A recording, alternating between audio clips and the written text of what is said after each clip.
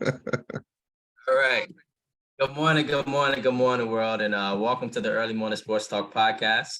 Yes, we are back like a shark attack, back like we left some, back like we ain't got no clothes on our back, and for the world is a better place when the Early Morning Sports Talk podcast is taking place. And so thank you for tuning in with us this morning as we conversate about the latest sports topics that have taken place from this past week and will be upcoming this week. It is always the blast to have you all tune in and participate with us every weekend. As a reminder, that every week we always like to begin our podcast by reminding our audience that the Early Morning Sports Talk podcast can be found on Facebook via the Early Morning Sports Talk podcast community page, on Instagram at the Early Morning Sports Talk pod, again on Instagram or IG at the Early Morning Sports Talk pod, P-O-D, YouTube as the Early Morning Sports Talk podcast, Apple Podcasts, Spotify as the Early Morning Sports Talk podcast, or any various places where you can find your podcast, as well as our own Facebook pages via Brandon Price, Jamar Goodman, Pearson Hernandez, as well as our guest this morning, Trenton Pearson. Today is December 31st of 2022, aka New Year's Eve. And we have yet again seen another fascinating week in the sports world, where we saw Luka Doncic and the Dallas Mavericks complete an incredible comeback against the New York Knicks, where he became not only the first Dallas Maverick to score 60-plus points in a game, but also became the first player in NBA history to put up a 60-point triple-double as well. Additionally, this week, this team unveiled the statue of an all-time NBA great, Dirk Nowitzki, on Christmas Day, upon defeating the Los Angeles Lakers alongside this. And so what a week it has been for the Dallas Mavericks. We additionally saw yesterday, I don't know if you know, Trent, but LeBron made 38 yesterday. He dropped almost a 50-piece yesterday. And so shout out to LeBron. He is defying age. We additionally saw the Denver Broncos fire head coach Nathaniel Hackett, followed by a terrible play from Russell Wilson and sideline fights from his teammates. They busy getting into it on the sideline while they getting blew out. It's just all bad in Denver.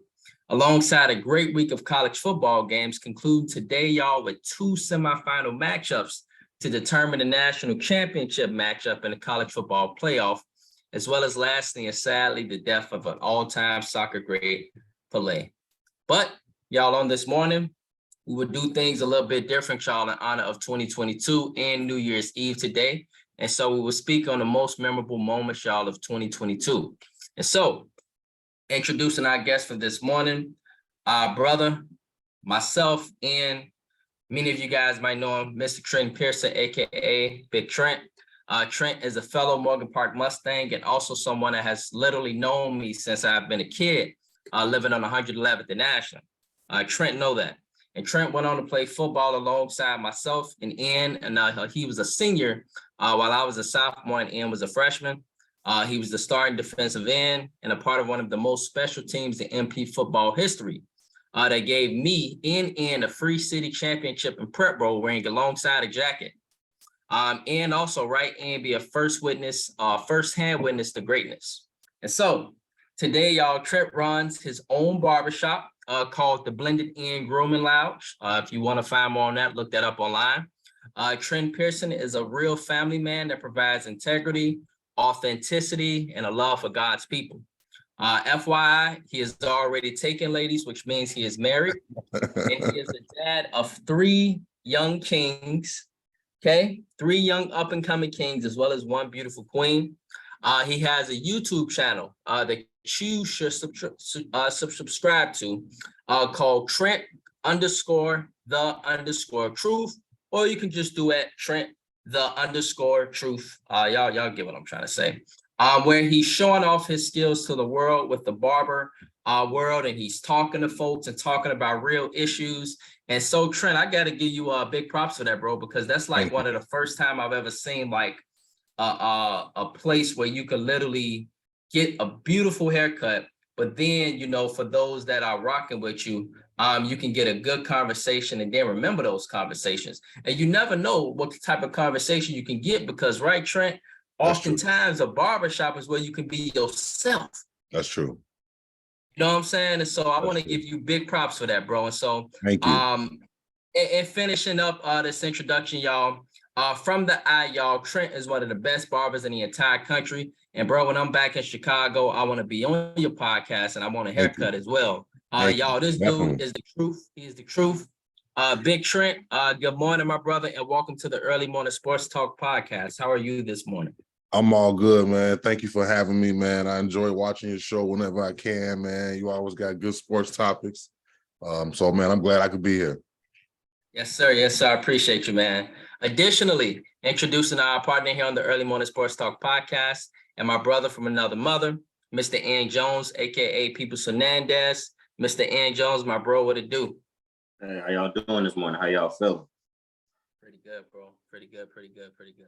Yes. So, additionally, you guys will see our other partner, Mr. Jamar Goodman. And so Jamar will chime in with us shortly as well. And so with that being said, ladies and gentlemen, let's get right into it this morning. And so on our first and foremost, just an FYI, Trent, with Jamar went in, at any moment, they can interrupt the conversation, do a start, sit, and cut. Okay, that could be from Lakers greats, that can be from Celtics greats, that can be from Bulls greats, that can be NFL, you name it. And so, this is a podcast where we do all sports, bro. We're just fanatics for sports, right? And so at any moment, there could be a start, sit, and cut. But on the other hand, y'all, let's begin this morning. One thing that me, Ann, and Trent got in common is that we are former fellow Morgan Park Mustang football players, and we are always forever Morgan Park Mustangs. And so, I want to say rest in heaven to our head coach, Lexi Spurlock. Trent, you broke down the news to me, bro. You broke down the news to me because you were supposed to come on the podcast the day after. Right. You remember? Yeah. And I reached out to you, yo, Trent, what's going on? And, you told me like, we at the hospital with coach right now. And I'm like, what? And, I kind of believe like I heard, or at least when I looked on social media, I was hearing some about coach, having, cancer and stuff. And so I didn't really think about it until you really told me. I'm like, oh, this is very real. And so immediately, once I got the news, I began to tell my brother who played in 03, and other people I knew. And then, you were telling me that things were getting prepared. And then about an hour later, you texted me and told me he was gone. Yeah. And so that was a very emotional moment for me because at that time I was away, like doing training for work and stuff and celebrating my wife's birthday. And so that's why it always hit hard for me because it was on my wife's birthday the head coach transition. And so, yep, FYI, yep. And so just want to ask you, bro, before we began our podcast this morning, I want to ask you for what was known for many of us as a father figure. What life lessons or things are you thankful for at your time as a Morgan Park Mustang under head coach Lexi Spurlock? I guess what I'm most grateful for is his willingness to take a lot of kids from all walks of life under his wing, tutor them, show them how to be men, more than football, getting ready for life. Just that level of preparation that we received. Everybody didn't really get a chance to get that father-like role outside of Coach Spurlock. So him being able to step in, that really helped out a lot. Some of the things that I kept, some of the things he used to always say to us, and it's what I use in my household right now, is you play how you practice. And what I took from that, now, of course, when Coach Spurlock was saying that, he was talking about actual football. If you lollygagging in practice, not really taking it serious, not going through your drills the right way, just not giving it your all, you're going to turn around and do the same thing in the game. There's really no way that you can just turn the switch on where you weren't prepared and then you can just automatically be prepared for the upcoming week. So what I use that in my house, you play how you practice. You're not doing what you're supposed to do. I tell my kids not doing your homework or not paying attention in class or not getting the things done that's necessary. When it's time to do it for real, you won't know what to do. You won't know how to operate. So that's one of the key things that I always use. And that's mine now. Man, bro, I hear you, bro. I hear you. Excuse my French this morning, but I'm about to say a little cuss word because Spurlock, he kept it 100. One thing that always sticks with me, Trent, is keep your shit nice and neatly folded. So Spurlock would always Spurlock reminded me every day, Keep your shit nice and neatly folded. But it was a way to kind of keep a fire under my ass, if that makes sense. Yeah. You know what I'm saying? Like he knew I wasn't the best track person, but he knew I could play some damn football. And so he like, yeah, you know, like Price can play some football. But at the same time, he did that, Big Trent, because he never wanted any of us to like get settled. Because we got to keep in mind, right? And we didn't have Dub. Dub as was a superstar. Yeah. Chris was a superstar. Yeah. You know, and so immediately after they left my junior year, you know, Coach Brook was running around the field letting everybody know we got to put in work. We ain't got superstars here. You know what I'm saying? And when it came my senior year, yeah, we had stars, but they weren't like elevated national ranked players. I mean, that came a year after with Craig Drummond, which he went to the San Antonio for that All-Star game. But like when you know, me and Ian sit there, we remember Trent, news being there every day, articles every day for guys like yourself, Dub, Chris. You played with a former NFL veteran, Corbin Bryant. Yeah. Right. And so like you blocked against him all the time when he was a tight end, etc. But of course he played defensive end as well. Like it was so beautiful to watch, bro, as a young guy, just watching the example y'all set.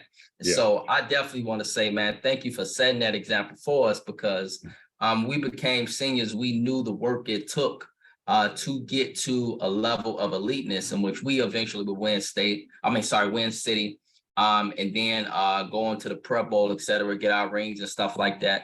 And so I just want to say thank you, bro, because you're a part of some great teams. And that's not even mention, you know, that 04 team when I was a freshman. That should have one state.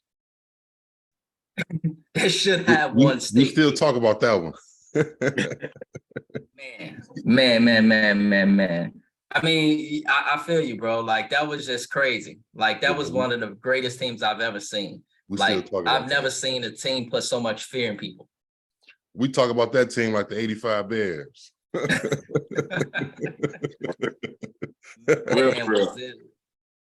And when they loaded, bro, man, when they loaded, like, so that team was different. That team got me to come to Morgan Park, bro. I'm not even gonna lie to you. That team was different, man, for real.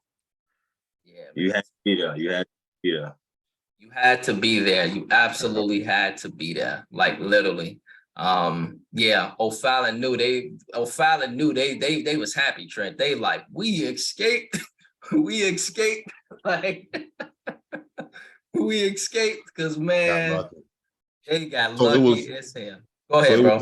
It was actually Cary Grove. We was able Cary Grove. Thank you, Cary Grove. Yeah, we got past O'Fallon. And y'all got past O'Fallon. It was Cary Grove in the semifinal. Yeah.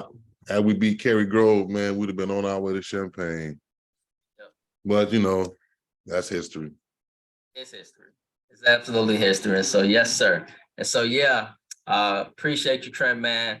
Jamar, this is Trent, our boy, man, Jamar, etc. How you doing? How you doing, man? Good morning. Good morning. Thanks for joining us. Yes, sir. Yes, sir. So, yes, appreciate you, man. And so, fellas, now that we done had that moment, you know, I want to say thank you to Coach Lexi, all the coaching staff, etc. Fellas, let's get into some sports, all right? And so, FYI world, we got a bunch of moments from 2022, various sports moments that have stood out throughout the entire year. And so, FYI, fellas, and it'll be the order. This is how it goes, Trent. Jamar go first, and then as I guess you'll chime in third. Okay. So we're gonna go through best moments of 2022, worst moments, best games, etc. And so, FYI, gentlemen, there's no right or wrong answers here. Just let us know, or let the world know which one stood out to you the most. FYI, world, there will be some comedy because there was some crazy moments this year. And so, speaking of, fellas, let's begin and let's talk about our worst moments. And so, there was some worst moments this year, and the candidates for this year include, number one, fellas, We talked about this last week, Trent, with Matthew, because he played with Mac Judon in college, who played with the Patriots, 3-time Pro Bowl player. And so he's, telling us all about Mac Judon, et cetera. And so we unfortunately had to mention the Patriots backwards lateral from that wide receiver, Jacoby Myers. And so this is recent, y'all, but this was one of the most tragic plays I can remember in a long time. And so for worst moments, Patriots, Jacoby Myers, backward lateral. Next, y'all, is Antonio Brown, January 2nd, 2022, week 17. He walked clean off the field against the New York Jets, if you guys remember. Next is Jimmy Butler's ill-advised dumb three-point shot in the final seconds of the Game 7 Eastern Conference Finals against the Boston Celtics, with a chance, y'all, to attack Al Horford and break down his team defense and at least draw a foul. But Jimmy Butler got the rebound, just went straight down the shot. And I remember seeing Eric Spoelstra's face. Next, y'all, and we support women on this podcast big time. The Chicago Sky Star, power forward, Candace Parker, y'all, abrupt exit, okay? Keep in mind, the Chicago Sky had won a championship the following season, the best team during the regular season. And then they lost to Connecticut, blew 2 straight games, and blew a huge lead in the fourth quarter. And so she was pissed. And if you guys remember, she stormed off the court prior to the whistle in Game 5 of the WNBA semifinals, in which they lost to the Connecticut Sun, who would then go into the WNBA finals. And keep in mind that when this happened, she was pissed. But guess what? She is back, y'all, because she stated she was going to retire, right, Jamar M? But she after this moment, she back again. So she's back again with the Chicago Sky for next year. Next, University of Michigan basketball, fellow Chicagoan, y'all. Men's basketball head coach, Juwan Howard, sideline punch slap. And so if you guys remember, on the sideline, as the teams were, saying their farewells, he got into it with one of the coaches, for hands were thrown. And speaking of hands being thrown, the last candidate is Draymond Green punching Jordan Poole during the Golden State Warriors basketball practice. And so, fellas, I didn't know that might be a lot, but we got 6 moments. And so, Jamar, let's begin with you, man. Which of these moments stand out to you the most? Hey, man, Draymond cleaned Jordan Poole's clock that day. I'm just saying. He knocked that man out. Dude, I'm stuck between the Jacoby Myers play. I know that was recent, but my gosh, that was just stupidity. And then Antonio Brown in the middle of the game, though, just throwing his stuff into the crowd and just walks off. I'm stuck between those two, man. Those right there, just icing on the cake. It's basically AB being AB, and I don't know, New England just on the wrong side of history on that one. I'm gonna go Jacoby Myers, but my gosh, a lot of these are just they're definitely noticeable, eye-popping moments this year for sure. So in this case, Ian, you up, bro? Yo, so I didn't realize the Antonio Brown fiasco was the beginning of this year. I thought that was last year. That's crazy. Man, we had a lot of crazy. I even forgot about the Juwan Howard. Juwan Howard, bro. Straight disrespect. Yeah, man, right after the game. The Draymond situation was crazy. I think I'm probably gonna have to go with the Jacoby Myers too. That's gonna be a play that they play for forever, bro. He gonna be forever known for that. Now that you catch a Super Bowl touchdown or something, or he do something crazy, he gonna be forever known for that. Now I don't care what he do now. Yeah, Facts. Yeah, man. And the bad part about it is if he runs straight, Trent, they in the playoffs probably. But now, right. It's crazy. Perfect. So Trent, go ahead, bro. Which moment or moments stand out to you? I feel like the Draymond thing, we shouldn't have saw that. Teams go through their little troubles and whatnot. So that happens more than what we see. I wouldn't even really put that in a bad category. I would just, that's team passion. Things got out of hand. It wasn't as bad.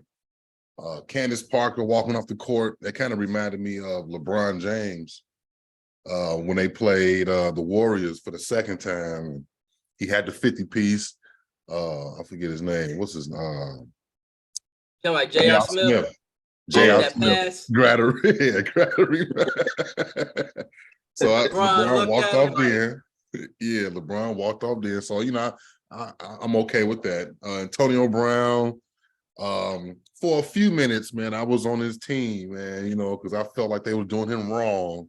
So that when he did that game, I feel like, he said he had some injuries and they wanted him to play on it, and he chose to go the other way. And I'm okay with that.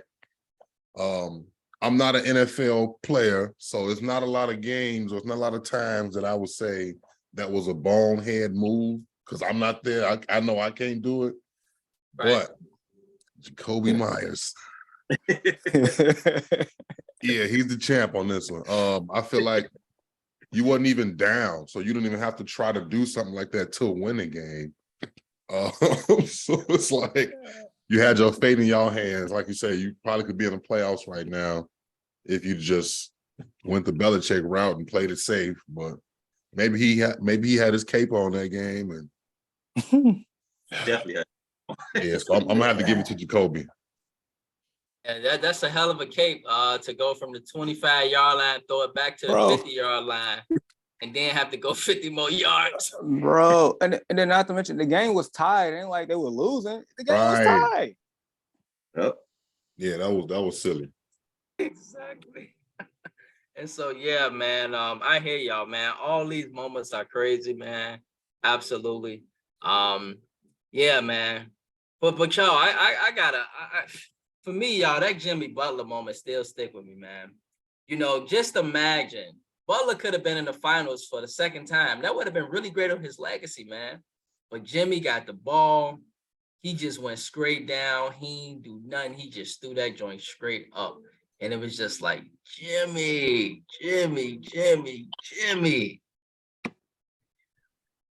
But I get it's like I don't like, yeah, that was maybe not the best decision, but probably from a competitive standpoint, the fact that he even had the cojones to even do that lets me know that he's, not fearful of the moment. Like, he's fearless. So I can kind of understand that one. He went down. He went for it all right then and there. Yeah. Right. Yeah.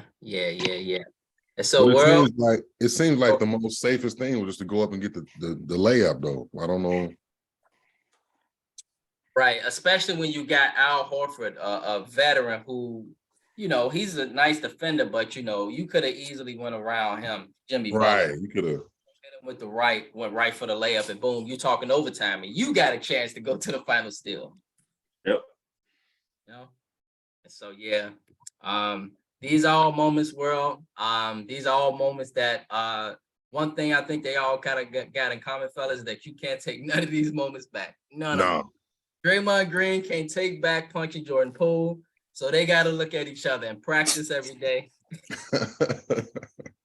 Candace Parker, y'all, when she come back next year, and especially play Connecticut Sun, they gonna be telling her, yeah, you walked off the court last year. Yeah, you remember that? It's gonna be all that. You got the media gonna be talking about that with her. Juwan Howard, our brother, y'all, he can't take back punching or slapping the guy. It wasn't a punch. He just slapped him like this. It was a pure slap. Like, you can't take back the slap. And so, he's still coaching at Michigan, but there's always going to be in the air, the clouds, etc. So that's going to be there. Jimmy Butler, Miami, he probably got the best chance to take all this back because, he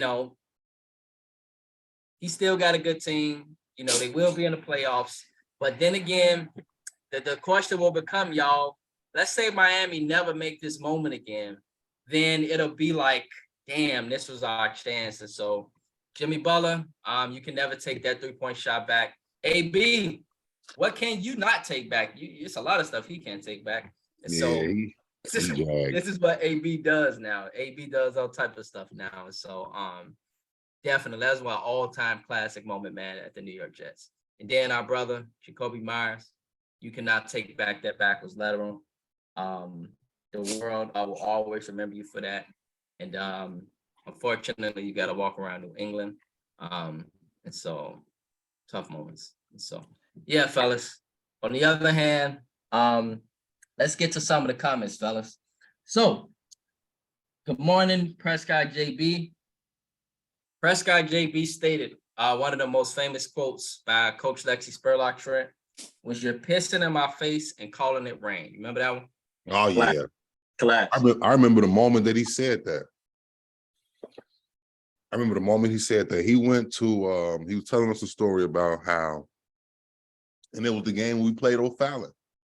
They went to go exchange tape. Back then, you know, it was a crazy way to get tape. You had to actually meet up with the coaches, and knowing you probably didn't like them, knowing you wanted to talk all kind of trash to them, had to meet up with them. And it was up to that coach to see what kind of game film they wanted to give out. So the coach from O'Fallon, I think he started to give out like some tape from the season before, and Coach Spurlock had noticed that, and he called it out, and it didn't really go so well. And he coined that phrase, you know, don't piss on my face and call it rain. He told us that before the game, and it kind of fired us up. And that's why we went out there with so much steam, and we went out there and, man, we went out and handled it for Coach. So I remember when he said that exact moment, and he was really pissed off. So yeah, O'Fallon messed up that day. Yeah, I'm telling you, man. And one thing about Coach Lexi Spurlock, when he was pissed off, he walked and he breathed heavy. Yeah. And you hear that breathing from a mile away. That's like, you know what time it is. Yeah, he get the licking them lips and wipe that head. Exactly. It's over with. It's over with. Exactly. Yeah. Additionally, y'all, Prescott JB stated 2004 Morgan Park versus Cary Grove was the most intense game I've ever seen at Gately Stadium. Yeah, I agree. Agreed. Yeah. Capacity, you couldn't even get in that joint. It was one of the most crowded games I've ever seen. Yeah. Yeah, absolutely. Next, y'all, Anthony Walsh. He stated, "Happy New Year's, guys. Off to the gym. I'll be in Detroit Sunday. Hopefully the Bears make it a fun game and lose respectfully. LOL. Yes, the Lions will win." And so, sound like a damn Detroit Lions fan, Anthony Walsh. All right. So, on the other hand, shit, they making me one low key. Go ahead, join the movement, Brandon. Man, yeah. Be quiet, Jamar. Detroit. So look, FYI, man. You know, our brother Ian and Jamar, they are big Detroit Lions fans, low key. Okay. And they're Detroit Lions fans because of the show, Trent, called Hard Knocks on Home Box Office. That's what made me a fan. Hey, Really? Yeah. Yes. I became a fan of Rodrigo. Yep. Yeah. All right, so go ahead and inform the world of this great show on HBO, a home box office called Hard Knocks. So I forget how you qualified to be on the show, but I think you got to have like a messed up season and all kind of other stuff. And shit, it was the Detroit Lions' turn. So they under a new regime right now. I like Dan Campbell. I like what he's doing. I feel like he bring a big toughness to him. You could just look at him and just tell if that's your coach, y'all know y'all gonna play some real hard-nosed football. Yeah. So I like the energy that he brought. Seeing the guys buy into it. You know, you see it week by week. Week by week, you see the progress. You see the players that's just want to play for Coach Dan. And man, like I said, I became a fan of Rodrigo. I like the running back Jamal Williams. The defense is good. They got a pretty good staff. They got a lot of ex-players on the staff. Deuce Staley, the running backs coach. Mark Brunell, coach of quarterbacks. Yep. Aaron Glenn. Right. I never saw him play, but I'm pretty sure he was legit. He was a nice up player. for him to be so small, I can just imagine he knew how to play because he'd be fired up out there. So Yeah, EBT. yeah, I like what they're doing. And they're gonna be a problem. So the NFC North is gonna change a lot. Bro, you literally hitting on what we've been talking about. Like the NFC North finna be lit because the Bears got pride and they got a lot of money, as you know, going into the offseason. Trent, when you were the one person, I'm letting you know, when I was looking at your post and you was talking about the money the Bears got from salary cap. And so you were the one person that informed me of that because at that moment I didn't know the amount. Yeah. So thank you for posting that. We feed off each other. And so I'm like, so that's the amount that the Bears got going into the offseason. And so we got a lot of money heading into the offseason. We got Justin Fields as a start. And so the Bears ain't going nowhere. Detroit, they looking like they finna be a problem, right? Yeah. Minnesota, they got a core. You got Kurt, you got Dalvin, you got Justin, you got Adam, you got TJ. They ain't finna go nowhere. Regardless of what people think, they are a very good football team, talented. Then on top of that, you got Aaron Rodgers. And so with that being said, the NFC North is not going to just be some little pushover division, especially beginning next year. It's going to be some fireworks. Yeah. Yeah, for sure. And so, fellas, let's progress y'all with moving on to the best moments. And so these moments, which one stood out to you the most? And so MP alum, Charlie Moore, in his University of Miami Elite 8 tournament run. And so if you guys remember, he had various magical moments in Chicago, and they brought Miami to Chicago to hopefully try to see if they can get to the Final Four in Chicago, which was great. They ended up losing to Kansas, the eventual national champion. And so MP alum Charlie Moore's Elite 8 tournament run, Steph Curry's masterful performance in Game 4 of the NBA Finals, that completely turned that series around. Dusty Baker's first World Series title as a Black manager, and his first World Series title in general after all that success, Trent, in the playoffs, Hall of Fame coach, finally got that first World Series. Yeah. WNBA superstar Brittany Griner's released from Russian prison. And then lastly, if y'all remember that university in New York, a small private university called St. Peter's, and their magical run to the Elite. Yeah, man. Yeah. Okay.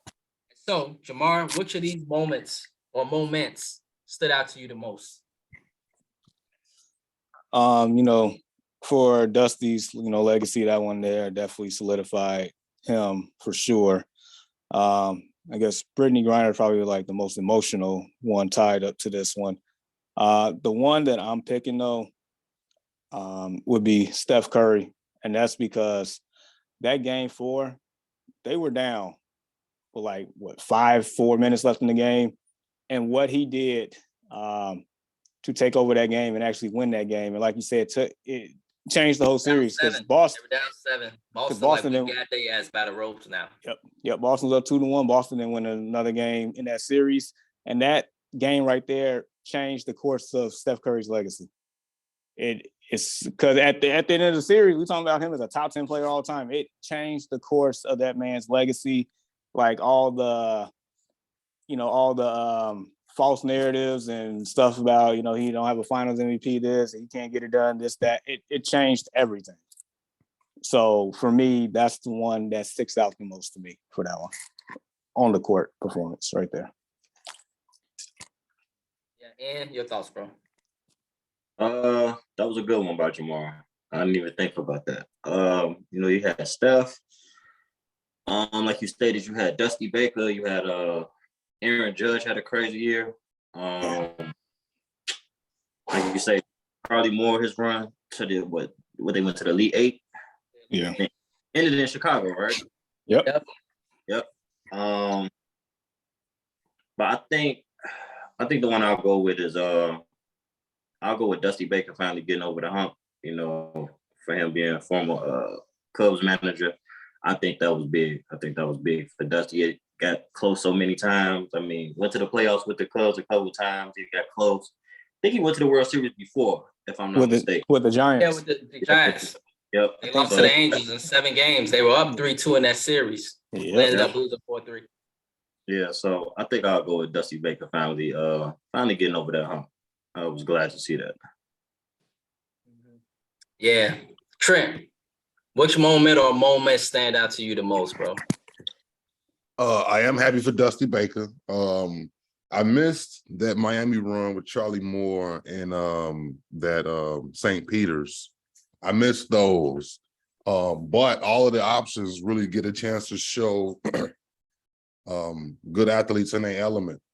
And so, which is the reason why I have to give the most memorable one to Brittany, because that was taken from him. Right. Now, just to jump off a tad, because I'm a barber, so we have these conversations, and for a while I feel like she's not new in Russia, so she knows the operations and she know how to handle herself and all of that. So I feel like she knew the rules, but they still took it a little too far. Something that my dad always taught me was hit him in the pockets, and that'll hurt the most. So if she did something like that, that they felt was too extreme, where they wanted to jail her, I think she would have learned a lesson by a hefty fine. You take their money, they'll start to act right. But I felt like they went a little too far. I felt like they had some personal issues in that. And then that whole little thing in itself worked out for her, because glad she got out. She had a lot of people on her side. She has that the LGBT factor. So she had a lot of love and support. So the most memorable, I'll have to get that to her, because they took that away from her, and now, so she get a chance to do it again. I think she's gonna make some noise next season. She probably windmill or something. Yeah, I'm definitely. I'm with you, bro. I'm with you, man. Yeah. Good morning, Josh Dempsey, y'all. Dempsey say, "Yo, what it do, family?" So good morning, Dempsey, sir. And then additionally, Prescott JB, he stated, "I hope," and you know who Prescott JB is, right? Trent? Yeah. He stated, "I hope the Lions win too. The Bears need Jalen Carter from Georgia. I want Ohio State to win today, but Carter is going to abuse the OSU O-line tonight." And so, yeah, these 5 moments, y'all, all magical, man. Just touching on them, St. Peter's was a shocker, man. They beat some big schools, but it goes to show you, right, in college basketball now, y'all, it's no really elite program. Right. Anybody. Matter of fact, they beat our school, didn't they? If I'm not mistaken. They beat Purdue. You are right. They beat Purdue. And we were sitting there, Jamar. I'm like, yeah, we're going to go to the Final Four. I really thought that. And out of nowhere, go ahead, Ann. Shaheem Holloway, the coach. I think he was, I know he's a... He left now, right? Yeah, got him a new job. Yep, that got him a new job. That Ron got him a new job. I think he had Seton Hall or something, right? Yeah. It's something like that. Them big schools be killing me. Trent High, little small school going a little magical run, and out of nowhere, hey, come here. Well, and they kind of just drawn in, because look at Deion. Deion is another big moment, right? And we're gonna get to Deion. But like Deion, literally, the small salary at Jackson State, and you see his salary at Colorado, and you like, can you really blame Deion? It's a no-brainer. Nope. Not blaming him one bit at all. That's a no-brainer. Facts. Not even from just the financial standpoint, because he's not in it for the money. He's not in it for the money at all. Just the opportunity. Some of the things that he highlighted, I don't think people that criticize him had a chance to think about. Right. Yeah. Yeah. And money, that ain't even a big factor. Absolutely. Exactly. That's not the big factor. But sometimes as Black folk, I know we got to stick together, et cetera, et cetera. HBCU, Black man, keep that program going. You done did a lot for it. But sometimes you have to consider the individual. You got to consider him and remove yourself and focus on him. And so, yes, Dempsey stated, y'all, he did his job. He put HBCUs on the map. I agree, bro. He did. I agree. He the reason Ed Reed want to coach now. Come on, bro. He the reason why Eddie George at Tennessee State. Who are other NFL? It's a number of NFL players that's taking over these HBCU programs now. Yeah. And it was that's true. And it was prior, former NFL players and head coaches, but Deion was the one that, raised the bar. I mean, he brought College Game Day to HBCU. You never seen Kurt Herbstreit pulling up on a Saturday morning at HBCU. That's crazy. Never before. Bro. Literally undefeated seasons for 2 years in a row. Outside of losing in that championship or the bowl games. But outside of that, and arguably, I think they would have won this year, y'all. If that news when it came out prior to, and they didn't have that big cloud over their locker room, I think they would have took care of North Carolina Central easily. That's just me. But put that out there prior to it, just creates this big cloud. These kids got a lot on their mind, et cetera. He do as well. And so he completely turned that program around. Jackson State, man, he literally turned it to where if you went to Jackson State, right, prior to him being there, okay, it's Jackson State. But how you go to Notre Dame, right? Jamar, Trent, you go to Notre Dame, right? Oh, I'm in the office. Oh, you went to Notre Dame, right? But now, Deion at Jackson State. Oh, you go to Jackson State University where Deion Sanders the head coach. Oh, exactly. Boom. That pedigree. That's like that. And forever, that's going to be that. Yeah. Forever now. Forever. And so, yes, that is superb, fellas. Man, I'm loving this goddamn conversation. Fantastic. Yes. So, fellas, we had a bunch of great moments. Shout out to Charlie Moore, who's overseas now in that Elite Eight tournament run. Steph Curry's masterful performance in Game 4 of the NBA Finals. Dusty Baker's first World Series title. WNBA superstar Brittany Griner's release from Russian prison. And then that small school in New York, University of St. Peter's, and that magical Elite Eight run. All right, y'all, let's now get to the worst performance, okay? Our conversation, unfortunately, takes the turn for the worst. All right, let's begin, y'all, with the divisional playoff round of the Cincinnati Bengals and the Tennessee Titans, Trent. In this game, there was a 4-turnover performance by Ryan Tannehill, in which at the very first play of the game, and then the very last play when Tennessee had the ball, he threw interceptions. He threw an interception so fast that by the time I went and had my sandwich, Cincinnati had the ball and was driving down the field. I'm like, damn, what happened? And it didn't take about a minute for me to just warm up my sandwich in the microwave, FYI, world. And so that 3-interception, 4-turnover performance versus the Cincinnati Bengals, and surprisingly, Tennessee still got him as their quarterback. All right. So Ryan Tannehill.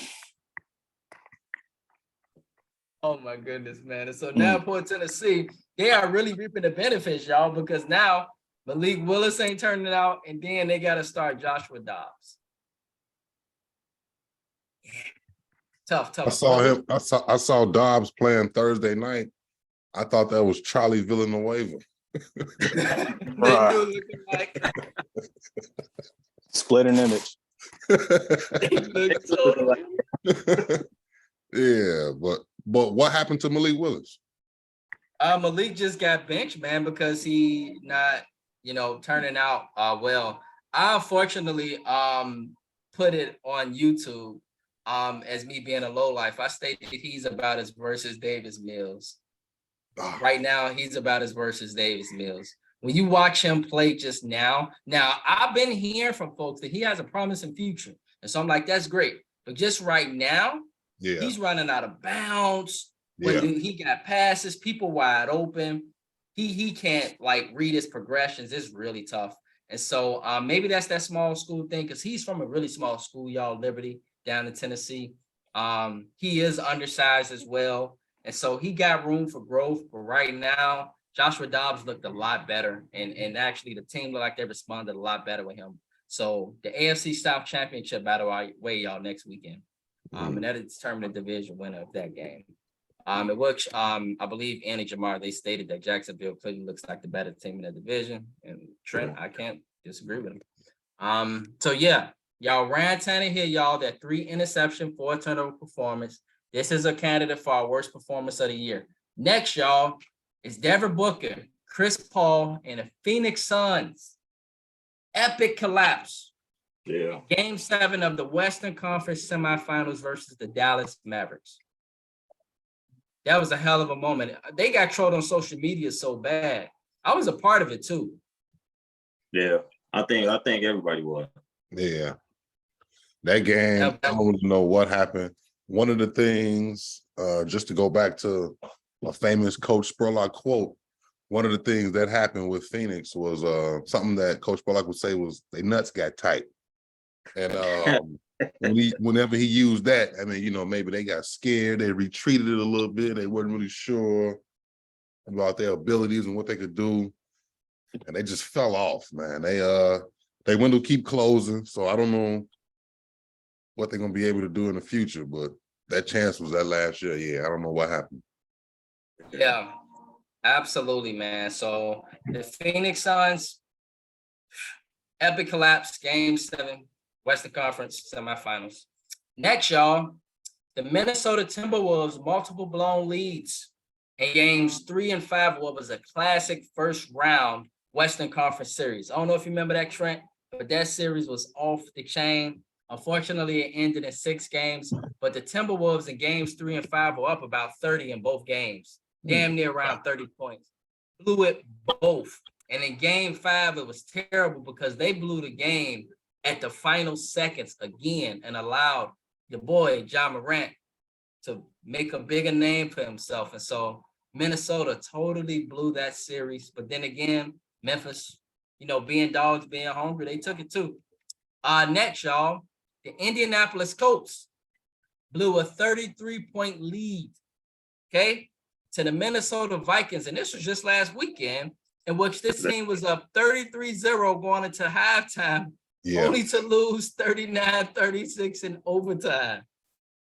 And then lastly, y'all, and Jamar, this gonna make you happy. The White Sox then manager, in which you were avid for day one, because when he got hired, the day after he got arrested for drunk driving. Then manager Tony La Russa and his epic decision making that cost us a lot of games this season, especially a few notable ones that forever will go down in history. And so these 5 candidates, Ryan Tannehill, the epic collapse of the Phoenix Suns against the Mavericks, Tony La Russa's decision making, the Minnesota Timberwolves blowing it against the Timberwolves, and the Colts blowing a 33-0 halftime lead. And so which moment, bro, or moments stand out to you the most for this year?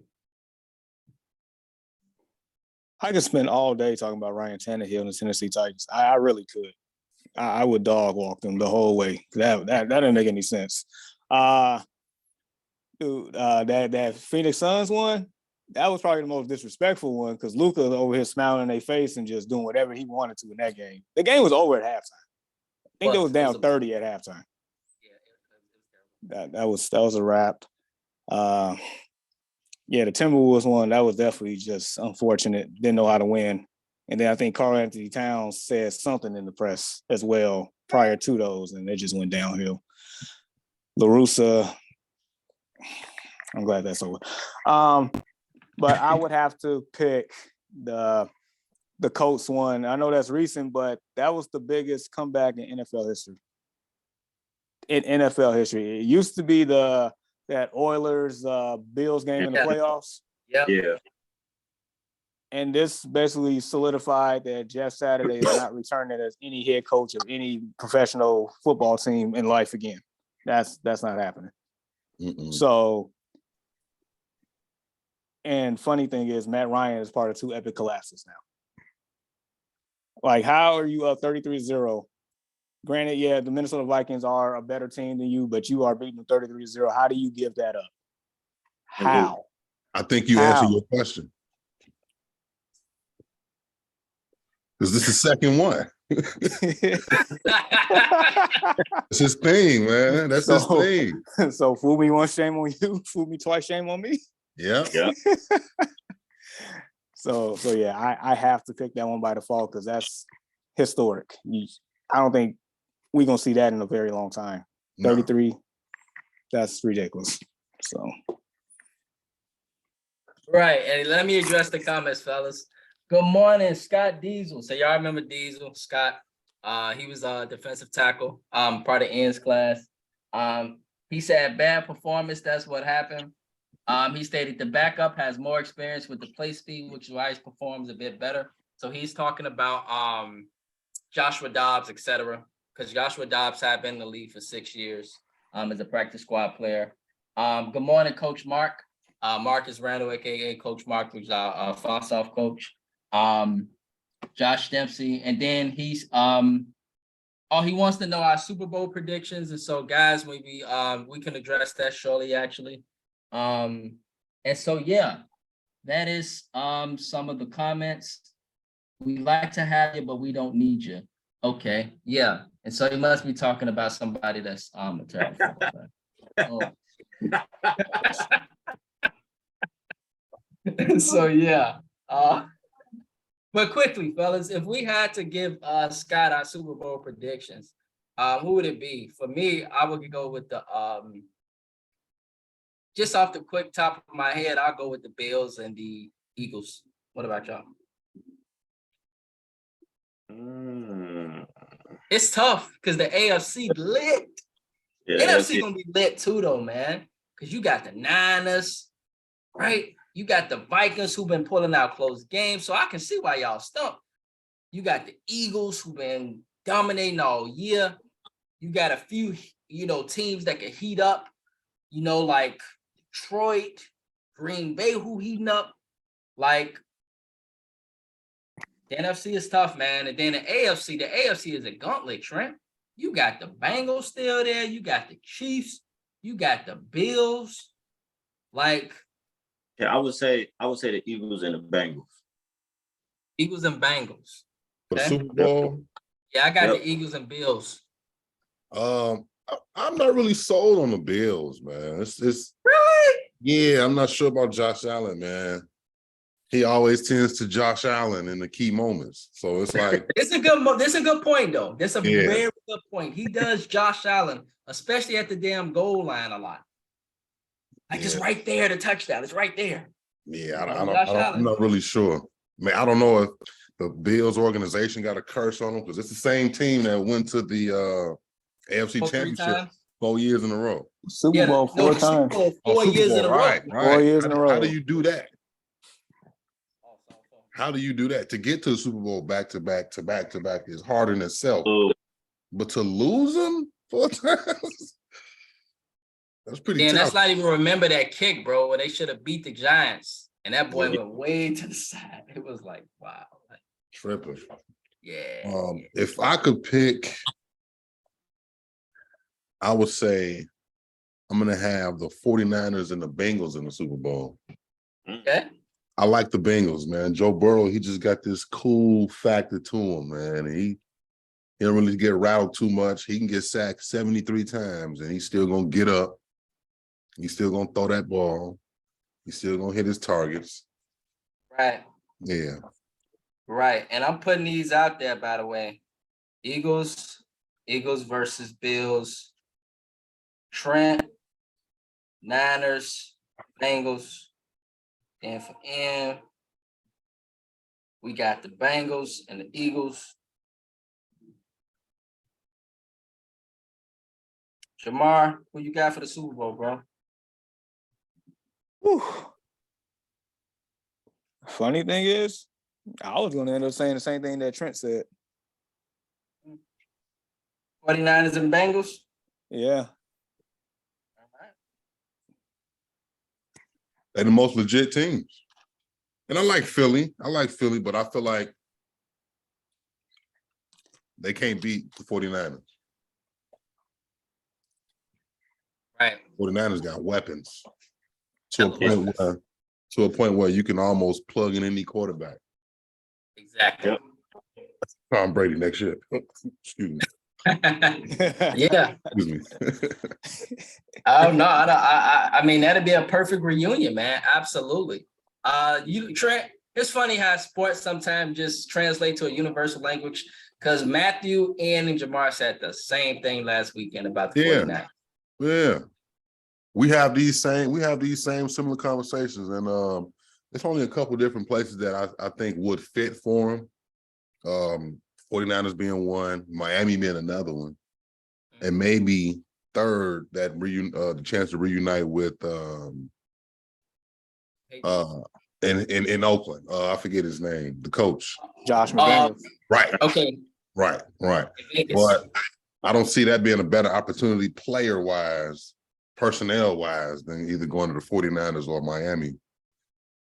Right. His parents is in California, they getting up and they keep talking about that part. So that's gonna play a big factor.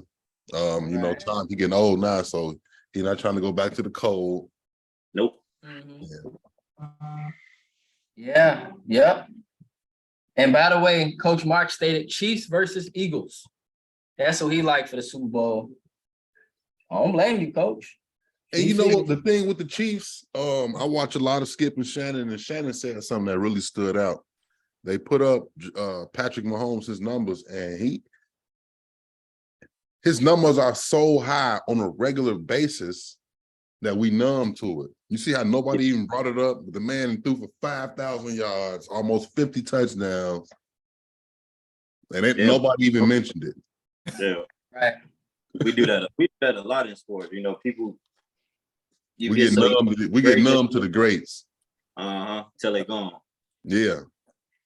Just like the MVP race every year. Like Patrick Mahomes is good enough, he can win it every year. Just like LeBron at a long point in time, he could have won MVP every year. Yeah. It's just based on, like you said, you're numb to it. You're tired of the same storyline. You want something new and fresh. And yet a lot of these guys, that's great, doesn't get the awards or the accolades they really deserve because of that. Because we're fatigued. Like, that's crazy. Right. Which is why I like a Jalen Hurts right now, because of this new storyline. Like for the most part of the season, and even still possible, even with the injury, he still could be MVP. Still could be MVP. Well, because of just this whole storyline. So, yep. And so, yes, good question, Scott. Thank you for that, my brother. We appreciate that, and thank you, Coach Mark, for posting your Super Bowl predictions. Josh Dempsey, we did see LeBron. I saw him last night, bro.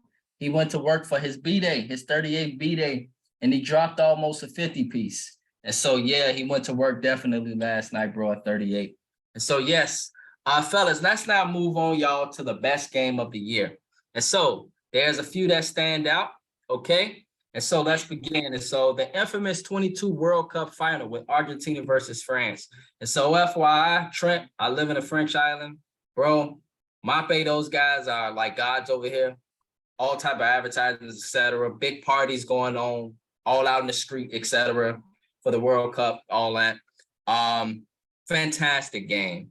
And if I don't know if y'all ain't up on soccer, man, it's a good damn thing to watch. It's very, very thrilling.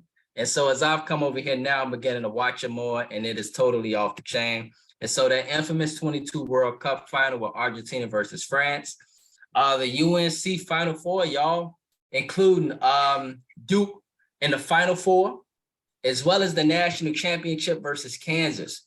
Both of those games was all-time classic games, both of them. And they were fantastic, especially, y'all, that Final Four against Duke. They were going back and forth. Additionally, y'all, the Tampa Bay Bucks versus the LA Rams in the divisional round playoff. And so between these three games, fellas, which game for y'all was the game of the year? Jamar?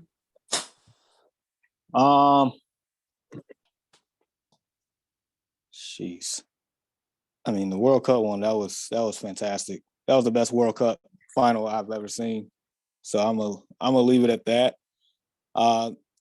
The one that I'm gonna just continue to remember for me personally is the Duke North Carolina one. The fact that they actually met in the tournament for the first time. Coach K's last game, it felt like a national championship game right there within itself. So that's the one that's going to stick out to me the most. I mean, all these games are great, but that's the one for me, per se. I've never in my life seen Coach K as fired up as he was during that game. like fired Man. up. He was trying to win that joint for real. Like for real, for real. And it came down to the last minute of the game. And what y'all remember that dude that we figured who will be a high NBA draft pick, he hit the 3-pointer to kind of put it away and put him up by 4. Oh, yeah, he sure did. It hurt their hearts. It hurt their hearts. But that was a great game, man. And bro, between that North Carolina Duke, that Kansas, North Carolina, Argentina, France, that Tampa Bay Bucks, and LA Rams, which game for you is the game of the year, bro? Out of all those, I think I'll say Duke and North Carolina, just because of the magnitude. You know, them meeting up in the tournament. It actually happened to be, you know, Coach K's last run and end up being his last game. I mean, what greater moment? What greater moment is better than that? You know, their biggest rivalry, same conference, they just happen to meet up in the tournament. Right, to Like go to the Jamal- national championship. Yeah. Yeah, it was basically almost like the first national championship, then the real. So yeah, Right. I'll go. Right. Yeah. Trent, which game for you, bro? So this season I had a chance to get more in depth with the World Cup, and I found out that it's a huge thing. Like it's almost like our Super Bowl. Yeah. And so I started out watching a lot of games. I liked Ghana in the beginning. I liked Germany. Well, you know, France came out and took it. I think what makes it so appealing with the World Cup, and that's what I'm gonna give it to, the fact that like over there in those countries, soccer is really all they have. It's either soccer, sometimes it's maybe some baseball or whatever, but soccer, because it's so universal, that's all they got. To a point where they'll really get behind the soccer team, and if you lose, you could possibly be killed. So yeah, they take their soccer serious. They do. They do. They soccer serious. So I would give it to France. Like I said, I had a chance to really watch a couple games, and they're pretty good games. So yeah, Right. France for me. Yeah, man. That was a classic, epic World Cup final. I wish Prescott JB was on because he would show you a video, man. And this video came after Argentina lost that first game in the World Cup against Saudi Arabia, and he had me, Ian, and Jamal rolling, bro. And talking about how the people back in Saudi Arabia, the president stated, "If you lose, I got 11 graves for you." Oh wow. Better be dig. But he stated, "If you win, I got 11 skyscrapers." He probably was serious. He was serious too. You can't mess around with that, man. Listen, they'll take you out. For real, man. And so They'll take yeah, you man. I would say this. Go ahead, Trent. What was you about to say, bro? No, that was it. I said they'll take you out over that soccer. Yeah, for real, man. And so like I'm with y'all. I like y'all games, man. But for me, man, I got a tie between that World Cup between Argentina and France, and then that Rams and Bucks. I gotta highlight that Rams and Bucks. I'm thinking this last Tom Brady's game after he did his fake retirement later on, right? Thinking it's his last game. The Rams blowing these guys completely out, right? Everybody think the game over with. And literally Tom Brady, you like, this man finna do it again. And how he did it, and how his family all there, like, oh, this is Tom, his family there, like, this could be his, I'm just sitting there like, Tom, are you serious? And so to watch that game and then see how the Rams, how explosive they were, Trenton, go through all that from Tom Brady, and everybody like, this man the GOAT, and then them come right back down on a bomb, shut the whole stadium up. I'm like, damn, this is like football at its best. Yeah. And so that game for me, man, that was an absolute thrill. And so these are all fantastic games, y'all. And so shout out to all those teams for putting up great and thrilling performances for us to remember for 2022. Next, y'all, let's move on to the biggest upset of the year, y'all. And so, Jamar and Trent, the 49ers defeating Aaron Rodgers and the Green Bay Packers. I don't know if y'all remember that game, but boy, did the Bears fans troll Aaron Rodgers after that loss. And so, The 49ers going into Lambeau Field, cold as it is. Aaron Rodgers, MVP, 13-win season, Super Bowl aspirations. And then Jimmy G, Robbie Gold, and that defense and special teams come in and beat Aaron Rodgers in his playoff run. And now his whole career, his whole legacy now has changed because of that game. Next, the Dallas Mavericks, y'all, defeat the Phoenix Suns in an epic blowout, in which the Phoenix Suns were favorites and everybody wanted to see them in the finals to advance to the Western Conference Finals. Big one, y'all. Marshall, little small Marshall, over then ranked number 19 Notre Dame. And then lastly, for my baseball fans, the San Diego Padres defeating the super team 110 plus LA Dodgers in the 2022 National League. 3-1 without Fernando Tatis Jr. And so, Jamar, which of these games are the biggest upset for you, bro? Man, oh man. Well, the Niners beating the Packers, that's almost like a normality these days in the playoffs. So, I'm gonna leave that one alone. Padres, that was impressive. The Martian one, at the time it was impressive. I'm going back to the Dallas Phoenix Suns one. Like Phoenix Suns, you are the number 1 seed. You have supposedly championship aspirations. You just came off of the NBA Finals previously. The way that Dallas went in and disrespected you and beat you down to a bloody pulp, to the fact that you didn't even want DeAndre Ayton back per se. He had to go get an offer sheet from somebody else for them to even want to match you. They didn't really want you back, and it shows this year. It shows. So the course of that team just changed dramatically after that Game 7 performance. Like, we don't view the Suns the same. Do you look at the Suns as a championship team this year? Not at all, right? And they basically got the same players back. You don't look at them as that anymore. And Chris Paul is probably last time to really actually get it done at this point. Like that whole Luka disrespect that whole franchise, and they haven't been the same since. Matter of fact, the owner sold the team in the process. So that's for other reasons, but either way, that Dallas disrespected Phoenix so bad. That's the one I'm sticking with. I just remember, like, that's the biggest thing I remember, fellas, is Chris Paul's probably last time. I just kept remembering that back then, like this possibly his last time.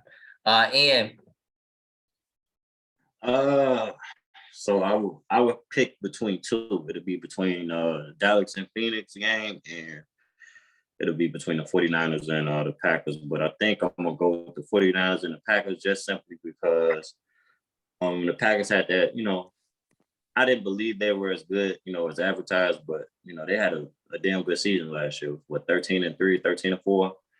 Aaron Rodgers MVP at home in the playoffs, home field advantage, number 1 in the NFC, and to go out there and lay an egg to a team that barely got in the playoffs, Yep. They had to get in the last weekend. Yep, had to get in the last weekend. The 49ers came out there and smacked them at home. Then it essentially broke up, Aaron Rodgers and Devontae Adams. That's supposed to be their Jordan and Pippen last run. Right. Supposed to be their last dance. Yeah, it was supposed to be their last dance. So it ain't go so well. So I'm gonna go with that one.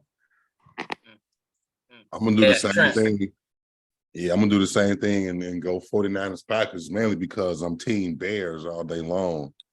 But like being said, man, they on paper, the Packers, as much as I hate to admit it, they always are set to be in position or compete for a title. And last year was probably was Aaron Rodgers' last chance in Green Bay to do it. Now with the offseason coming up, I think he can move around and find a different home. But those records, man, 13 games, and that was like their 3rd or 4th season winning 13 games. So now it's like, when are you guys gonna do it? They had the defense to match. Yep. So like even with the Devontae Adams and Aaron Rodgers breaking up, you broke up the defense too. You broke up the Smith brothers. So it was a couple things that came from that loss.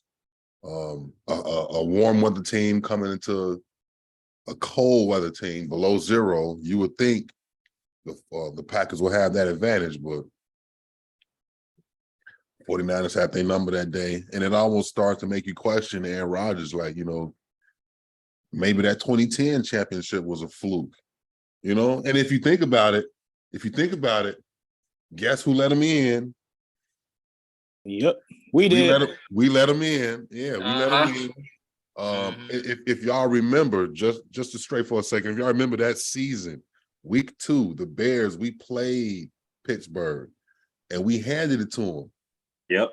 So had we just kept on with the stride of that season, we could have been playing Pittsburgh again in the Super Bowl, and that would have been ours. But we let Green Bay in. We let them backdoor their way in, and I don't know. So the fact that Aaron Rodgers can't get over that hump again, or it's been so long since he got over that hump, it almost makes you wonder if he can do it again. They always put pieces around him, so now you really can't cry, So that memorable game, well, yeah, I'm gonna get that to the 49ers in Green Bay. Yeah, fellas. What do y'all think? In regards to like the biggest upset of the year, it's been quite a few. And so, man, one thing about these upsets, y'all, is that the crazy part is the teams y'all talking about after they lost those games, they broke those teams up. Yeah. That's the crazy part about it.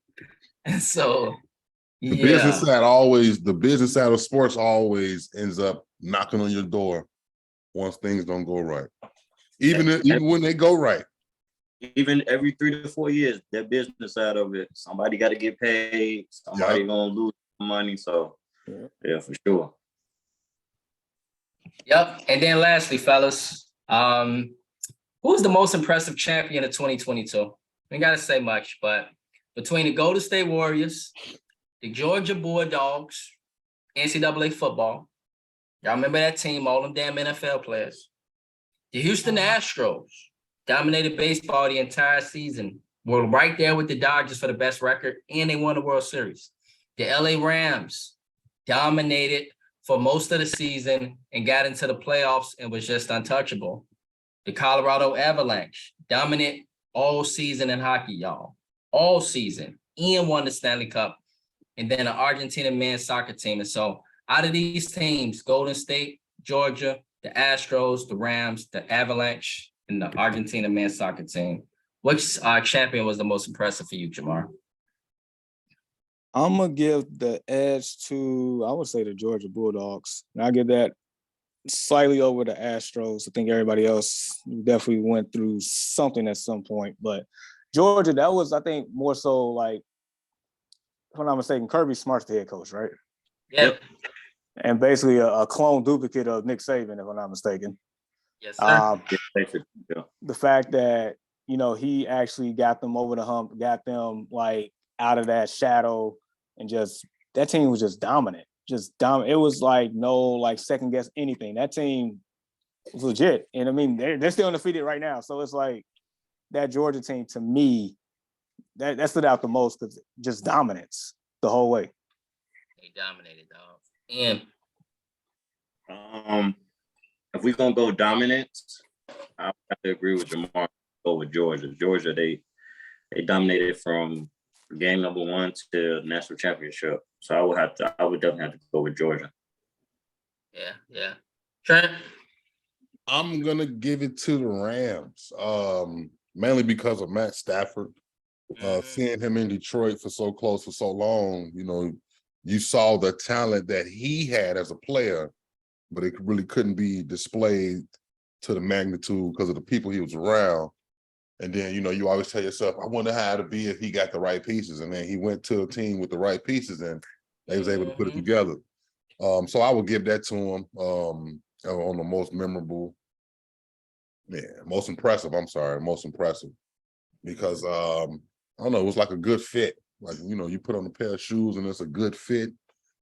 Oh yeah, so that was a really good fit for him. I'm glad he got that done. Just the 1 year. He kind of quieted a lot of his doubters. Yeah, so I would say that was the most impressive. That whole team, even though I don't really like the Rams, you can't deny them. So They went out, they had a good season, good defense, good offense. Sean McVay, he looked like a coach you would want to play for. So yeah, that was the most impressive. Yeah. For me, y'all, I'm with y'all, man. These are all great. I'm gonna go between Golden State and Georgia. For me, Golden State, I'll just choose them because with Golden State, people kind of thought their dynasty was dead. And then on top of that, people kind of felt like things were going on within the organization, etc. And for them to just kind of wake up out of nowhere, it was like, wow, okay, this is something that I thought was dead. Many people thought was dead. And for them to win the championship again, and now it makes people question again, like with Georgia, with Golden State, with some of these champions, are they not done yet? Is Georgia not done yet? College football playoff. Golden State in the midst of a great dynasty and still got their core. The Astros still got their core. The Rams might be done. Matthew Stafford ain't looking at Matthew Stafford ain't looking the same. He ain't looking the same no more. Argentina might be done, man, because Lionel Messi, this was his last World Cup. And then the Avalanche, y'all, that's another one. They are not done either. And so these are all impressive champions of 2022. And so thanks, fellas, for that. But let's now hit on, fellas, the retirements. And this is just stuff I read, fellas. Special shout out to Coach K, who retired this year from being a head coach in college basketball. Serena Williams, y'all, retired and arguably one of the greatest athletes of all time. Serena, shout out to Serena. She has retired from tennis. Others include Roger Federer. Y'all know him. Skateboarder Shaun White. Y'all ever watch those skating? The dude with the long curly hair, the white dude with freckles. Shaun White, he retired. Past WNBA superstars Sue Bird and Sylvia Fowles. Former MLB legend Albert Pujols. Former Villanova head coach Jay Wright. And now recently, y'all, JJ Watt. The one thing that all these individuals have in common is that they are all future Hall of Famers. Deaths, y'all, this year. Various suicides from celebrities such as former Miss USA, Chelsea Christ. The brother whom was on the, what was the brother's name, y'all? The DJ on the Ellen DeGeneres show. Twitch, I think. Twitch, yes. Yeah, Twitch. That brother fortunately committed suicide. Goodfellas actors, Ray Liotta, Sidney Poitier, transition. Coolio, y'all remember him. Terry Hall, y'all remember him. The Queen of England, Pittsburgh Steelers running back Franco Harris. A legendary horse rider jockey Lester Piggott, who won the British Derby, which is a version of our Kentucky Derby 9 times. Former NBA head coach Paul Silas. Actress Kirstie Alley, as well as musicians Maxi Jazz. And teenage music sensation Aaron Carter, as well as Migos rap member Takeoff, as well as Brazilian and all-time soccer great Pelé. And so these are just some notable names of celebrities and former athletes. And Barbara Walters got up out of there last night. Yes, sir. Yep. Barbara Walters. Yes. But she's not an athlete, though. I'm sorry. Right, but no, she's a pioneer in the media world. Big pioneer. Yeah. Definitely remember watching her. We all do as kids. We all remember watching Barbara Walters growing up. And so these are just some of the notable names and celebrities and former athletes that we know of that have passed in 22. But I'm sure many of us know of individuals that has passed. And so on behalf of the Early Morning Sports Talk podcast, we say rest in peace, y'all. This morning, y'all, no NFL reactions and overreactions. Will resume next weekend. And just quickly, top 5 NFL teams. Andy, you got a top 5? I can go now if you want. Go ahead. Let me pull mine up real quick. All right. So for me, my top 5, I don't know if you got a top 5, Trent, but I got Kansas City at number 5. I got Cincy at number 4. I got San Francisco at number 3. I got the Bills at number 2, and I got the Eagles at number 1. And so that's my top 5 for the NFL season. Yeah. Mm-hmm. My top 5, I would put, I will do Kansas City at 5. Minnesota, I would put them at 4. Okay. I would do. You got San Fran, you got Cincy, Buffalo, Philly. I would do the Bengals at 3. Okay. Just off the spunk and the energy and just the new aura, I'm gonna give Detroit number 2. Yeah, man, this team, Detroit used to be the laugh of the NFC North. Yeah, for Now, sure. here it is. They could be a wild card. Like if they in the hunt, if it's down to if a couple teams lose, they could get in. Yeah. It's down to that. I almost feel like when they did that Matt Stafford Jared Goff trade, they had the league had washed their hands with Jared Goff, and they felt like they were sending him down the pasture, like to die or whatever. Mhm. Right. Man, they resurrected themselves, man, and just so I'm gonna give Detroit number 2, and just out of pure fandom, if you ask me every year, I'm gonna tell you, I think the Bears will win the Super Bowl, but I'm gonna give them number 1, and I'm gonna give them number 1 because I like of that. the things that they have in their future. Like you said, they got over $100 million in cap space, so they can leverage a couple different things. I saw on the fake Bears page that they could possibly slide their number 2 pick to Oakland for Devontae Adams. So I don't know. Really, we just got a lot of options. We saw a lot of great development in Justin Fields to a point of knowing that you put some pieces around him and the world gonna be Bears fans again. So just off that pure fandom, number 1, I'm gonna give that to him because I see the upside. So I'm gonna say Chiefs, 49ers, Bengals, Detroit, and Bears. Yes, sir. Yes, sir. I like that. Yeah. And Jamar, give us your top 5 quickly, fellas. Go ahead, Em. I don't know if I could get a better 5 than that. He got my Bears number 1. That's love. No, I got the 49ers at 5. I got the Bengals at 4. Chiefs at 3. Bills at 2, and I got Philly at 1. Got you, Jamar. And then really quick, Chiefs at 5, Niners at 4, Bengals at 3, Bills at 2, Eagles at 1. Yes, sir. Yes, sir. And really quickly, fellas, who's your national championship pick? So Jamar, well, in this case, Ian, Trent, I'll give my pick and then we'll go with Jamar. And so, Ian, TCU, Michigan, who you got, bro? This is a tough pick for me. I want to say Michigan, but I really don't want to sleep on TCU. Something is telling me don't sleep on TCU, but I'm gonna go with Michigan. Michigan should handle business. I'm gonna go with Michigan. Yeah. And what about Ohio State and Georgia? No, honestly, Yeah. it'll be between the trenches. So whoever win the trenches will win that game. But of course, I gotta go with my boys. I gotta go with Ohio State. And what a national championship would that be, Trent? Ohio State and Michigan, dog. Right. Yes, Rematch. That'd be real big. That is something we all want to see. Yeah. So Trent, who you got between TCU and Michigan? I'm gonna give it to Michigan, man. I like everything about Michigan.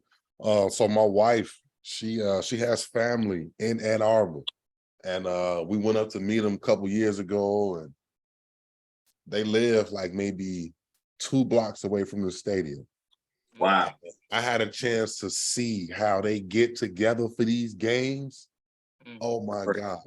I became a Michigan fan just off how the fans prepare for the game. Right.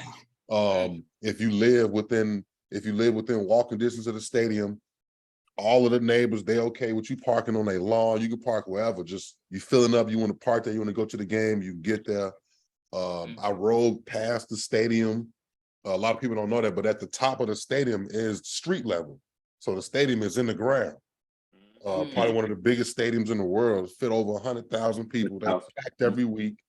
Right. I like everything that not Jim. Yeah, Jim. Yeah. I like everything Jim Harbaugh bringing to him. It's like he bringing like a nice tenacity to him. So I'm gonna give it to Michigan. And just every piece of energy that Michigan has, I like it. Yes, sir. Yes, sir. Yeah, and then with Ohio State, Georgia, I like Georgia. Georgia, that's a legit team. I feel like Georgia could possibly beat an NFL team right now. Yeah. That's how good they are. Yeah, you put Georgia. You put Georgia against the Bears.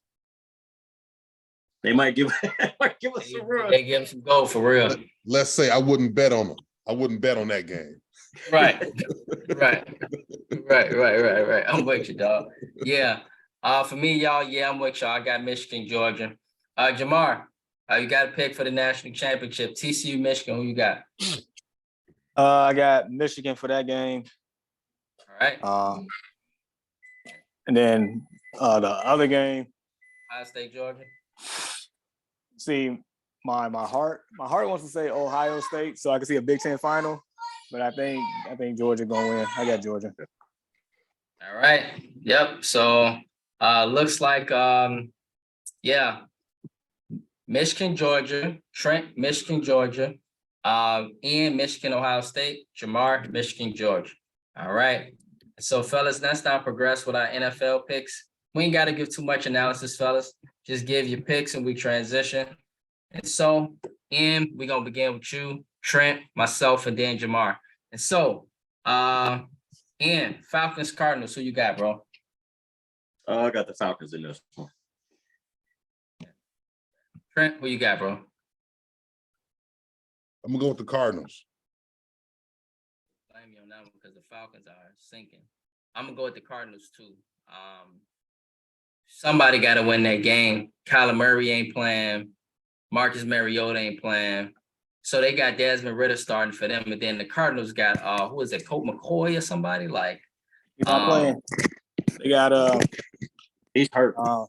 Right, so yeah, it's the third guy for them, right? It's David Blau, the former Lions backup. Right, man. We're talking about some. That's gonna be that was a hard knocks guy right there. Yeah. And so yeah, I'm gonna go with the Cardinals in that one, just because they're at home. Who you got for that one, Jamar? That's ugly. Yeah, I guess I'll take the Cardinals. All right. And so Jamar, since you go ahead. Sorry. Yeah, I was gonna say what did everybody pick for that? I got the Cardinals, Trent got the Cardinals, Ian got the Falcons. How you go against your team, Ian? Hey man, we hurt. Kyle out, Colt is out, man. I gotta. I know they're gonna go win because I picked against them though. Psychological. I see you. Yeah, don't feel bad. I do that sometimes too. And Yeah. so Jamar, since we got the ball rolling with you, go ahead. You give us your pick and follow up Trent and then myself. And so Patriots and Dolphins.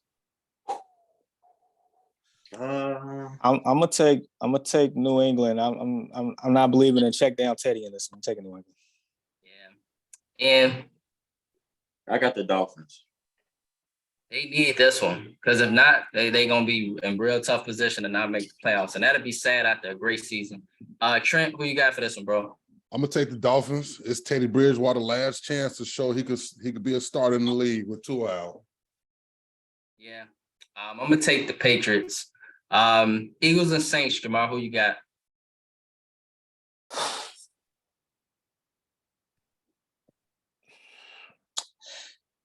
I guess Minshew Mania gets it done. I'm taking the Eagles. Yeah. And I got the Eagles fly. Trent? Philly. Yeah, I'm with y'all. I got Philly. Giants and Colts. Yeah, I'm taking the G, man. Yeah, and Colts in an upset. They get it together this week. all right. Whoa. Who's starting for the Colts this year? Nick, right? Yep. Right, Nick Foles, yeah. Super Bowl champion Nick Foles. Yeah. Trent, who you got? I'm gonna go with the Giants. Yeah, I'm gonna roll with the G-Men too. Bucks Panthers, y'all. This is a big game, Trent. NFC South, baby. NFC South championship, baby. Not this week, but damn near. This is like the championship, goddammit. They both playing for all the marbles, baby, for the playoffs. Jamar, who you got, bro? 6-9. Hey, man. I'm gonna take. Yeah, I guess it called out. I'm taking the team that just signed Josh Norman. I'm taking the Panthers. They give the Bucks fits usually. It's like the Bucks want to give away this division too. And who you got, bro? They gonna pound this ball down their throat. Keep pounding. I'm taking the Packers. Hey.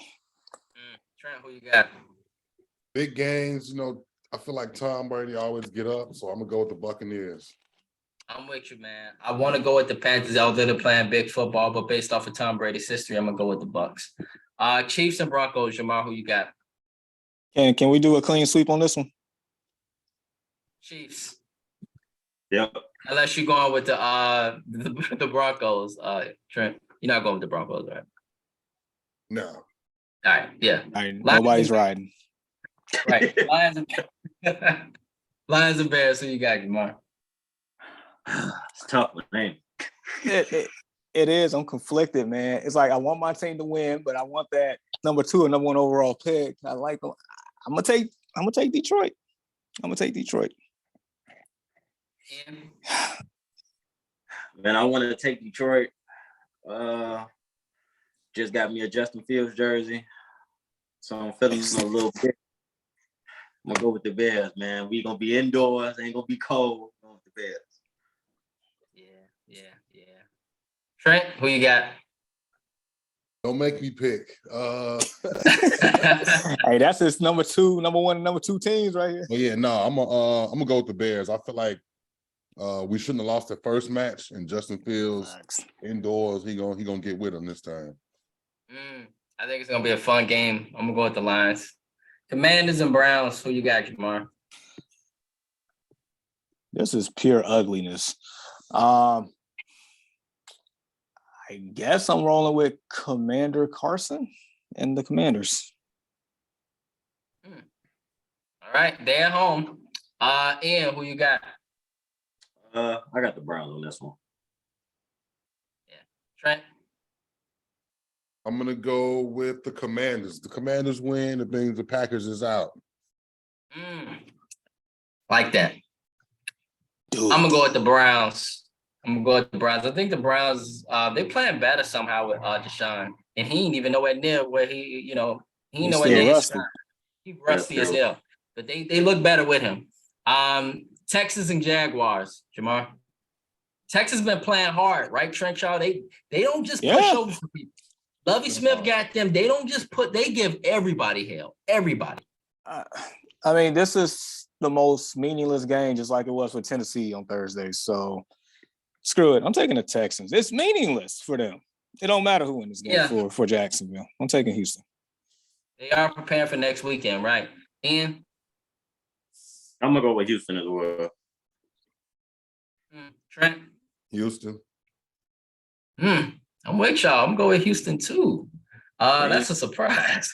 Wow. Raiders. Wow. Raiders and Niners. Is we gonna do another clean sweep here? Because I'm not touching the Raiders at all. Yeah, it's a dumpster fire in Oakland. I mean, in Vegas. Yeah. Vegas, right. Niners. Yeah, sweet. All right. Yep. Seahawks and Jets. Mike White is back for the Jets. Ooh. That's gonna be a game. Seahawks. I'm gonna take the Jets. Yeah. That's tough. I'm gonna go with the Jets. I'm gonna go with the Jets too.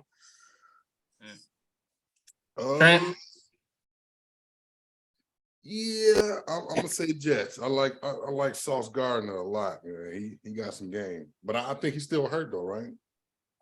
I don't think so. I think he playing. Okay, yeah, I like him. Yeah, because he was just named to the Pro Bowl too. Yeah, to be a rookie, yeah, he's making a lot of noise. Yeah. Yep. So for me, y'all, I'm gonna go with the Seahawks at home. Packers and Vikings. Packers at home, to my big game for them. Who you got, Jamar? Dude, this would be a game that the Vikings will mess around and lose too. I'm gonna pick the Vikings, but like my expression, I don't have the warm and fuzzies about that one. Right. On the real. And surprisingly, I'm going Vikings in a blowout. I hope so. Me too. That'd be fantastic, boy. Woo, we could get our troll back going again tomorrow. Trent, who you got? Any chance to bury the Packers, I'm with it, man. Go Vikings. Go Vikings. Absolutely. Yes, but I'm going to go with the Packers. This dude here. Get him out of here. This guy. I'm gonna go with the Jeez. Packers. Yeah. Chargers Rams, fellas. Battle of LA. Who you got, Jamar? In the beginning of the year, this would have been a good game on paper. Yeah. I'm gonna take the Rams. Okay. And Yeah, I'm gonna go Chargers on this one. Trent. Chargers. Yeah, I'm with you. I'm gonna go with the Chargers as well. Ravens and Steelers. Check this out. Trent. Mike Tomlin got this Pittsburgh team right here again. Yeah. With this dude is something. Like he brings the best out of his teams, and to have them at this point again, it's amazing to who he is as a head coach. Yeah. Jamar, who you got for this one, bro? I'm taking the steel curtain. Yeah. And Tough one. I know Lamar's not playing, right? yes, Tyler Huntley. Tyler Huntley. Damn, I'll go with the Steelers. Trent. I'm gonna go Ravens. I don't believe in Trubisky. Yeah, he is a former Bears quarterback, right? Yeah, I'm gonna go with the Ravens. Big Bengals. Oh, this is a good one, man. This is a good one. Bengals and Bills. That's a big one. Jamar, who you got for this one, bro? This is for playoff season right here. Okay. I'm going with Cincinnati. I'm gonna go with Joe Cool in Cincinnati. Trent.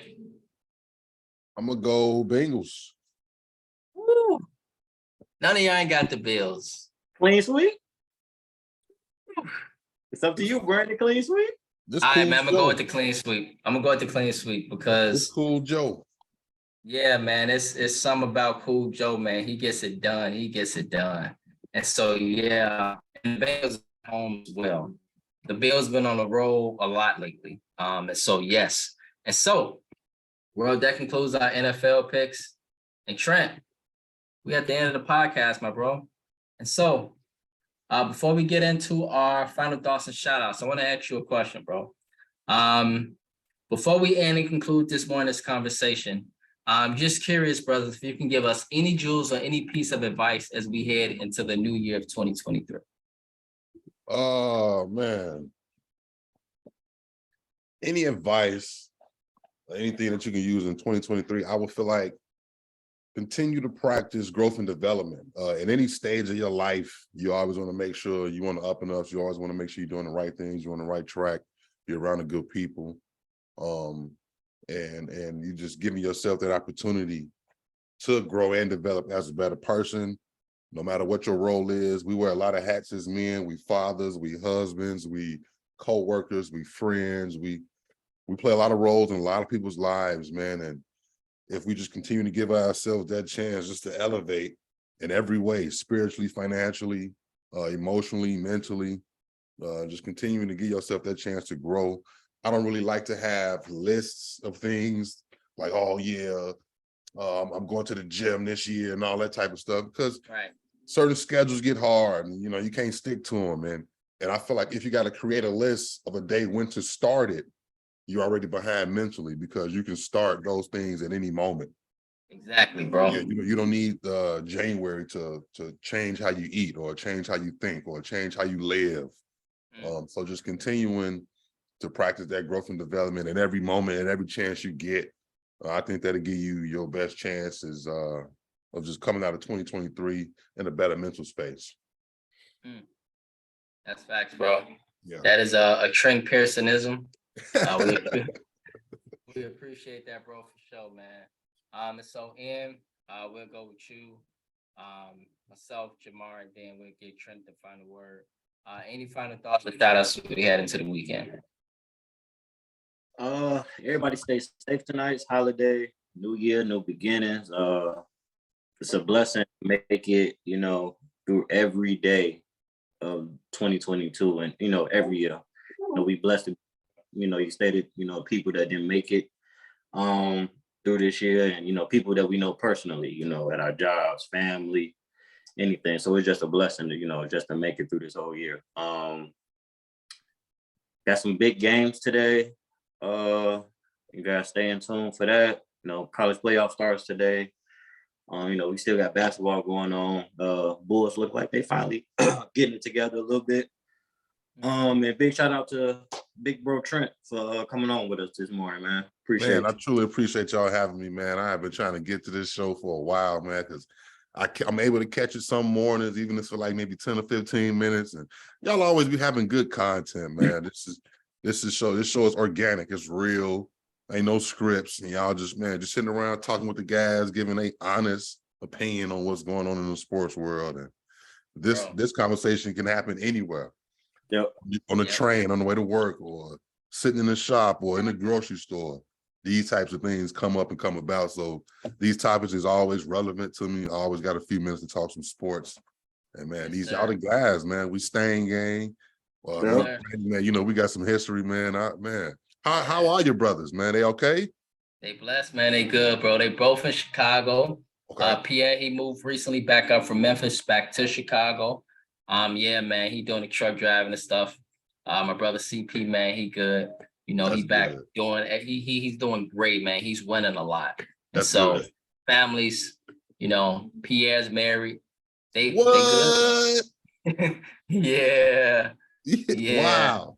Life has come full circle. It has come full circle, man. And definitely, man, they our history, Trent. They definitely turned from that street. They turned that direction. And so I'm glad to always see that, because we grew up, you see that a lot, man. And so Right. they turn that different direction and start to look at the Growth and development. Growth and development. Exactly, bro. And so Trent, while you at it, bro, any final thoughts or shout outs as we head into the weekend?